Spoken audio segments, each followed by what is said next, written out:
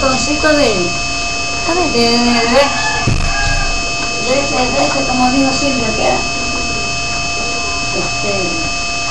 cereal.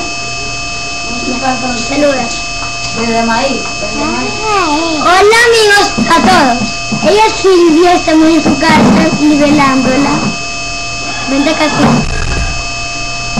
A ver, por favor, niña, siéntate. Siéntate que yo voy de las. Siéntate, sí. Y tú te. Siéntate. Ya, a ver, atento con esta pregunta. Niña Silvia, a ver, ¿cómo se llama? Silvia Conero, ¿sabes? A ver, ¿cómo te llamas? Silvia Conero, ¿Cuántos años tienes? ¿Cuántos años tienes? Sí. Ella es una niña de 1 año y es grandísima. Sabe hablar. Eso es de Ecuador insólito. Es una niña malcriadísima.